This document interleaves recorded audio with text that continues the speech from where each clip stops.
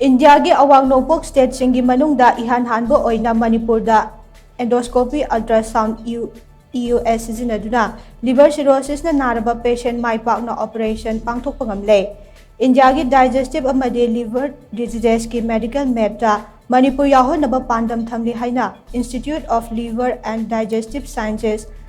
ILDS Hospital ki Director Dr. NONGTHOMBAM SURAJ KUMAR na PHONGDORAKLI. Hospital asi lingkhalakpadagi ngasi faubada endoscopy ultrasound gi matengna coiling amadi glue operation yangkhaini thoi Mai Pakna pangthokhraba matung ngasi kwakaichal haino khongnembi makha thokchom lekai da leiba ILDS Hospital da pangthokhiba pawgi mifam amada wafam basi phongdokladuna Dr. NONGTHOMBAM SURAJ KUMAR na hai ngasi pangthokriba operation adu pungkhai amarom chathake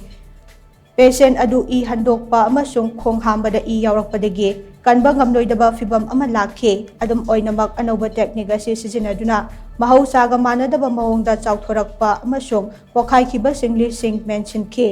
operation asi Manipur khakta natana India gi awang nongpok state sing mamangda amukta tawkhidriba operation makhal amani operation asi gastroenterology gi Dr. Roslyn Kaisdam liver transplant surgeon Dr. Longjam Chitaranjan amadi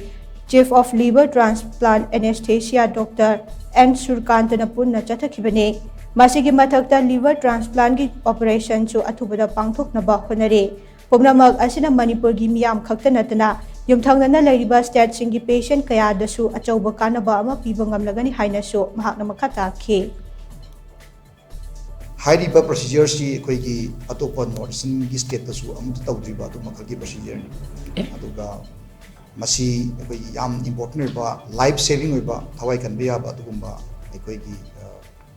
operation मखलमनी मसैसिदा अखोइना endoscopic ultrasound सिजनरगा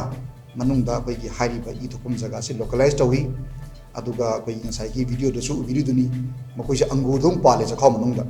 aduna sigi potsing si kai matamda yamna thina mai consequence phatte aduna conventional method ta direct injection thingjala kap ase mi se yamna khudong thiba nangale mi sigal